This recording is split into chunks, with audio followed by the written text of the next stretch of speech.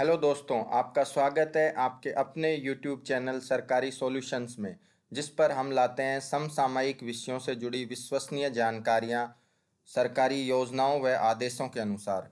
दोस्तों, यदि आपने अभी तक हमारे चैनल सरकारी सॉल्यूशंस को सब्सक्राइब नहीं किया है, तो कृपया कर आप इसको सब्सक्राइब कर लें ताकि आपको इस तरह की विश्वसनीय जानकारियां समय समय पर मिलती रहें। दोस्तों, हम आशा करते हैं कि आप सभी स्वस्थ हैं तथा सोशल डिस्टेंसिंग के नियमों की पालना कर रहे हैं। दोस्तों, जैसा कि आपको पता है कि 4 मई से लॉकडाउन का तीसरा चरण प्रारंभ हो रहा है, जो कि 2 सप्ताह तक यानी 17 मई तक रहेगा। इस दौरान किन गतिविधियों पर रोक रहेगी तथा कौन सी गतिविधियां अनुमित रहेंगी, इसका निर्धारण जोन के आधार पर किया जाएगा। इसके लिए संपूर्ण देश के जिलों को 3 जोन में बांटा गया है। पिछले वीडियो में हमने आपको बताया था कि इन जोन का निर्धारण किस तरह से किया जाता है, और आज इस वीडियो का हम दूसरा भाग लेकर आए हैं, जिसमें हम आपको ये बताएंगे कि इस तीसरे चरण के दौरान क्या खुलेगा और क्या रहेगा बंद। तो आप हमारा पिछला वीडियो देखें ताकि आपको ये पता चल जाएगा कि अलग अलग जोन का निर्धारण कैसे होता है। इस वीडियो में हम आपको ये बताएंगे कि किस जोन में किस तरह की एक्टिविटीज़ को अलाउ किया गया है और कौन सी एक्टिविटीज़ वहाँ पर की जानी अलाउ नहीं है। दोस्तों, ये पार्ट 2 है। इसका पार्ट 1 का वीडियो लिंक मैं नीचे सब डिस्क्रिप्शन में दे दूंगा। पहले आप वो देखें और फिर ये देखें, तो आपको दोनों वीडियो देखने से पूरी तरह से क्लियर हो जाएगा कि क्या जोन है ये, और इस दौरान क्या खुलेगा और क्या बंद रहेगा। तो दोस्तों, हमारा जो इस वीडियो का कंटेंट है वो मिनिस्ट्री ऑफ होम अफेयर्स ने जो 1 तारीख को एक ऑर्डर निकाला था, उसके आधार पर है। यदि आपको कोई क्लेरिफिकेशन चाहिए तो उस आदेश का डिस्क्रिप्शन में मैं लिंक दे रहा हूँ, आप उस आदेश को रेफ़र कर सकते हैं। वो गवर्नमेंट ऑफ इंडिया का निकाला हुआ आदेश है, जिसको कि सभी राज्य सरकारें भी मान्य करेंगी। तो आप यदि इस वीडियो के कंटेंट में आपको कहीं कोई क्लेरिफिकेशन की आवश्यकता हो, तो आप उस डॉक्यूमेंट को रेफ़र कर सकते हैं, क्योंकि ये वीडियो उस आदेश के आधार पर ही बनाया गया है जो कि पब्लिक डोमेन में भी उपलब्ध है। दोस्तों, सबसे पहले हम बात करते हैं राजस्थान की कि राजस्थान में कितने ज़िले रेड जोन में हैं, कितने ऑरेंज जोन में और कितने ग्रीन जोन में। ये जोन का डिसाइड होना और कितने समय तक ये जोन में फिक्स रहेंगे, उन सब चीज़ों के लिए पहला वीडियो देखें आप। तो दोस्तों, अब हम बताते हैं कि कुछ ऐसी गतिविधियां एक्टिविटीज़ हैं जिनकी पूरे देश में जिन पर रोक है। तो यदि उसमें हम देखें तो सबसे पहले जितनी भी आपकी एयर सर्विसेज हैं, जितनी भी आपकी अंतर्देशीय और अंतर्राष्ट्रीय विमान सेवाएं हैं, वो सब इस दौरान बंद रहेंगी।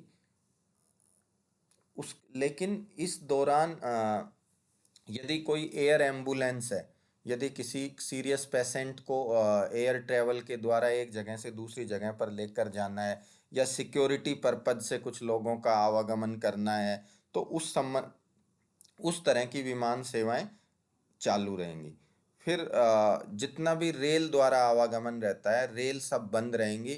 लेकिन जो माइग्रेंट्स को, जो प्रवासी फंसे हुए हैं, जो तीर्थ यात्री या विद्यार्थी फंसे हुए हैं एक राज्य के दूसरे राज्य में, उनके आवागमन के लिए जो विशेष ट्रेन की व्यवस्था की गई है, अभी 29 अप्रैल का जो सर्कुलर था गवर्नमेंट का, उसके अनुसार इस तरह की कुछ व्यवस्थाएं की गई हैं कि जो फंसे हुए प्रवासी मजदूर हैं, उनको एक राज्य से दूसरे राज्य में ले जाने के लिए विशेष ट्रेन चलाई गई है। तो उन ट्रेनों को छोड़कर नॉर्मल यात्रियों के लिए रेल द्वारा आवागमन बंद रहेगा। मेट्रो रेल सेवा बंद रहेंगी। उसके अलावा इंटर स्टेट बस जो चलती हैं, वो भी बंद रहेंगी पब्लिक ट्रांसपोर्टेशन के लिए। साथ ही लोगों का एक स्टेट से दूसरे स्टेट में जाना बस के माध्यम से, वो उस तरह की बस सेवाएं भी बंद रहेंगी। उसके अलावा जितने भी स्कूल, कॉलेज, शैक्षणिक संस्थान हैं, कोचिंग सेंटर्स हैं, ट्रेनिंग इंस्टीट्यूट हैं, वो सब बंद रहेंगे। हालांकि वो ऑनलाइन माध्यम से अपना कार्य प्रारंभ रख सकते हैं। इसके अलावा जितने भी होटल्स, अतिथि गृह, वो सब बंद रहेंगे। लेकिन इसमें ऐसे होटल्स या ऐसे इंस्टीट्यूट्स जिनमें क्वारंटाइन लोगों को रोका गया है या हेल्थ विभाग के लोगों को रोका गया है, वो अपनी सेवाएं इस लिमिटेड रूप से चालू रखेंगे, लेकिन जर्नल लोगों के लिए, आम लोगों के लिए सभी तरह के होटल्स, अतिथि गृह ये बंद रहेंगे। इसके अलावा सभी cinema hall, shopping malls, gym, खेल से रिलेटेड जितने भी संस्थान हैं वो सब, स्विमिंग पूल, थिएटर, ऑडिटोरियम और कोई हॉल जिसमें लोग असेंबल हो सकते हैं, इस तरह के सारे स्थान बंद रहेंगे। फिर कोई भी सामाजिक, राजनीतिक, खेल से जुड़ी हुई, मनोरंजन से, शैक्षणिक, सांस्कृतिक और धार्मिक आयोजन जिसमें लोगों की गैदरिंग होती हो, वो सब प्रकार के आयोजन बंद रहेंगे। इसके अलावा जितने भी धार्मिक स्थल हैं वो पूजा के लिए बंद रहेंगे, जैसे मंदिर, मस्जिद, चर्च इत्यादि। वहाँ पर किसी भी तरह का धार्मिक आयोजन और लोगों का इकट्ठा होना अलाउ नहीं है। तो इसमें ये हमको ध्यान रखने की बात है कि ये ऐसी गतिविधियां हैं जो पूरे देश में क्लोज हैं, चाहे आपका जिला किसी भी जोन में आता हो, लेकिन इस तरह की जितनी भी गतिविधियां हैं वो आपके यहाँ पर अलाउ नहीं हैं। उसके अलावा यदि हम देखें कि दो दो चीज़ों पर और बात करें कि जितने भी लोग हैं किसी भी एरिया में, उनको सुबह 7 से और शाम के 7 बजे तक ही उनका मूवमेंट अलाउ रहेगा। मतलब 7 बजे के बाद और 7 बजे से पहले किसी को भी मूवमेंट नहीं करना है। यदि उस समय कोई मूवमेंट करता हुआ पाया जाता है तो वो परमिसिबल नहीं है, वो अलाउ नहीं है। इसलिए सरकारों ने ये किया है, जैसे राजस्थान सरकार की बात करें कि जितने भी संस्थान, दुकानें, फैक्ट्री, जिनको भी खोलने के लिए अलाउ किया गया है, उनके लिए ये निर्देश किया गया है कि वो 6 बजे तक अपना प्रतिष्ठान बंद कर लें, ताकि जो लोग हैं वो 7 बजे तक घर पहुंच जाएं। इसके अलावा सारे जोन में, चाहे आप किसी भी जोन में हैं, 65 साल से ज़्यादा एज के लोग और 10 साल से कम एज के बच्चों का भी घर से बाहर निकलना अलाउ नहीं है। इसके अलावा जो गर्भवती महिलाएं हैं अथवा इस तरह के लोग जिनके कोई पुरानी बीमारी है, जैसे किडनी से संबंधित, मधुमेह इत्यादि, उन लोगों को भी ये सजेस्ट किया गया है कि वो घर में ही रहें, घर से बाहर ना निकलें।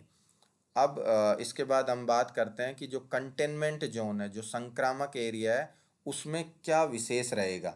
जो ऊपर एक्टिविटी है वो तो सब जगह बंद ही रहेंगी। संक्रामक जोन में विशेषतः क्या रहेगा कि इसमें जो हॉस्पिटल रहेंगे उनमें ओपीडी नहीं रहेगी। हालांकि ये हॉस्पिटल ओपीडी रेड, ग्रीन और ऑरेंज जोन में चालू रहेगी, लेकिन कंटेनमेंट जोन में ये गतिविधि अलाउ नहीं रहेगी। उसके अलावा कंटेनमेंट जोन की जो बाउंड्री है उसका निर्धारण प्रशासन करेगा कि कौन सा एरिया है और कहाँ तक है, और उसमें आने और जाने के स्थान, एग्जिट और एंट्री के पॉइंट फिक्स रहेंगे, और वहाँ से केवल लोगों को आवागमन अलाउ रहेगा सिर्फ उन्हीं पॉइंट से, और जितने भी लोग अंदर आएंगे या बाहर जाएंगे उन सब की एंट्री की जाएगी।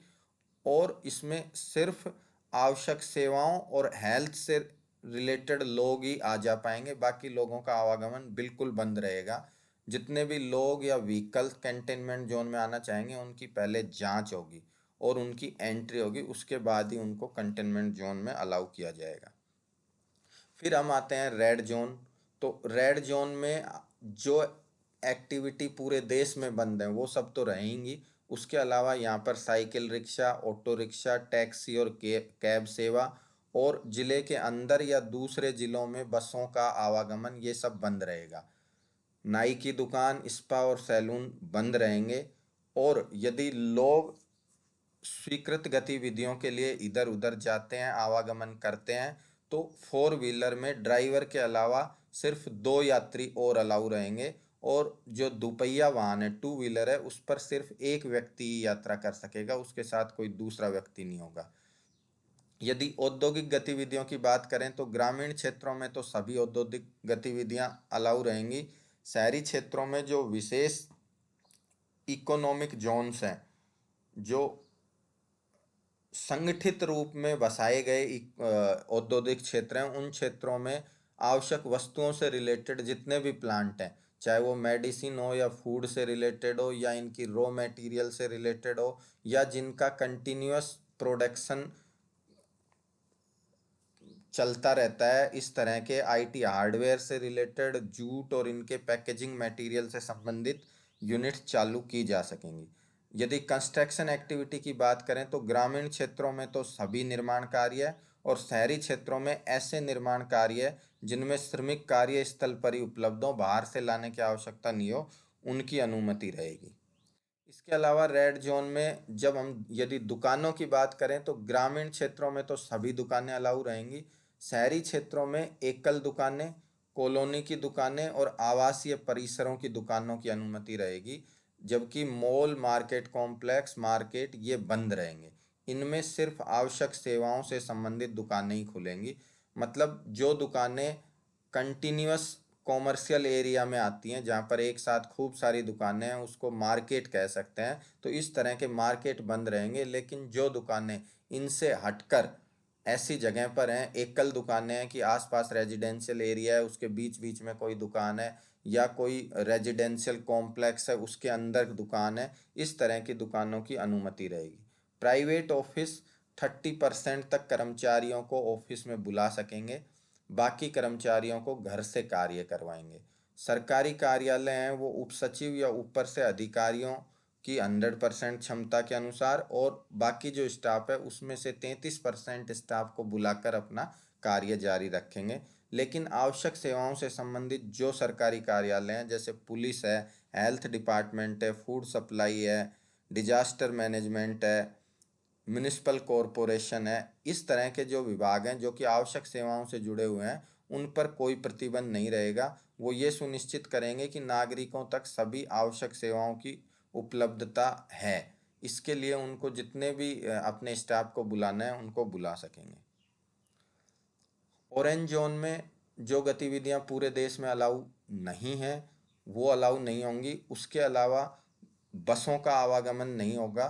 टैक्सी और कैब सेवाओं का संचालन अलाउ रहेगा, लेकिन ड्राइवर के अलावा सिर्फ 2 यात्रियां रहेंगी।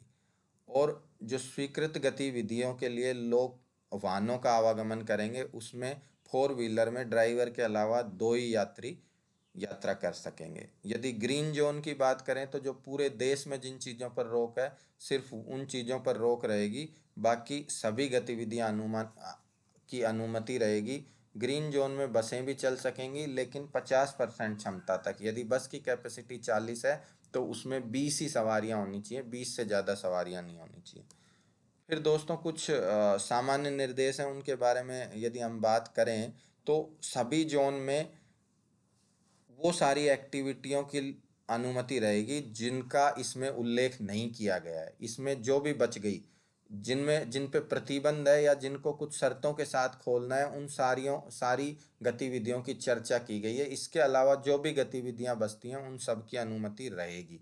और इन अनुमतित जो अनुमित गतिविधियां हैं, इनमें राज्य सरकारों को यह अधिकार दिया गया है इस ऑर्डर के माध्यम से कि यदि वो स्वविवेक के आधार पर जो अलाउ परमिटेड एक्टिविटीज़ हैं उनमें भी यदि कुछ प्रतिबंध लगाना चाहती हैं तो राज्य सरकारें अपने स्तर पर लगा सकती हैं। दूसरा, राज्य सरकारें एक राज्य से दूसरे राज्य में व राज्य के अंदर जितने भी मालवाहक वाहन हैं, ट्रक इत्यादि, उनका आवागमन सुचारू रूप से हो ये सुनिश्चित करेंगी। खाली ट्रकों का आवागमन भी सुचारू रूप से होना चाहिए। साथ ही फंसे हुए जो प्रवासी श्रमिक हैं, तीर्थयात्री हैं, विद्यार्थी हैं, उनका एक स्टेट से दूसरे स्टेट में जाने के लिए जो गाइडलाइन गवर्नमेंट ऑफ इंडिया ने 29 अप्रैल को जारी की थी, उसके अकॉर्डिंग वो चलता रहेगा, अलाउ रहेगा। अब एक यदि हम मोटा मोटा देखें तो इसमें समराइज है कि क्या क्या चीज़ें किस किस जोन में अलाउ रहेंगी। तो जो आपके सेल्फ एम्प्लॉयर हैं उनको पहले ही अलाउ कर दिया था ग्रीन, ऑरेंज, रेड में। इलेक्ट्रीशियन, प्लम्बर, इन सबको। ओपीडी और मेडिकल क्लिनिक भी अलाउ रहेंगे, सिर्फ कंटेनमेंट जोन को छोड़कर। स्पा, सैलून ग्रीन और ऑरेंज जोन में खुल सकेंगे। शराब, गुटखा, पान की दुकानें खुल सकेंगी। और इसके अलावा यदि राजस्थान स्पेसिफिक हम कुछ बातें करें तो राजस्थान में संपूर्ण राज्य में धारा 144 इन 2 वीक के दौरान लागू रहेगी। 5 से ज़्यादा लोग एकत्र नहीं हो सकेंगे। यदि कोई शादी समारोह है तो उसमें अधिकतम 50 तक मेहमान अलाउ रहेंगे। अंतिम संस्कार में अधिकतम 20 लोग अलाउ रहेंगे। उसके अलावा मास्क लगाना अनिवार्य रहेगा सार्वजनिक क्षेत्रों पर। सार्वजनिक क्षेत्रों में थूकने पर जुर्माना रहेगा तथा शराब की दुकानें खुलेंगी, लेकिन एक समय पर एक दुकान पर 5 से ज़्यादा ग्राहक नहीं होने चाहिए तथा सोशल डिस्टेंसिंग की पालना होनी चाहिए। तो दोस्तों ये एक हमने आपको बताया कि किस तरह से इस दौरान 2 वीक के दौरान गतिविधियां चालू रहेंगी। इसका विस्तृत विवरण के लिए आप जो आदेश था गवर्नमेंट ऑफ इंडिया का, उसका लिंक हमने दिया हुआ है नीचे डिस्क्रिप्शन में, वो आप देख सकते हैं। तो दोस्तों ये एक बहुत ही जानकारी वाला वीडियो है, आप इसको अवश्य शेयर करें, लाइक करें, अपने सभी दोस्तों से शेयर करें, हमारे चैनल को भी सब्सक्राइब करें ताकि आपको इस तरह की सूचनाएं मिलती रहें। धन्यवाद दोस्तों, घर में रहें, स्वस्थ रहें। Thank you.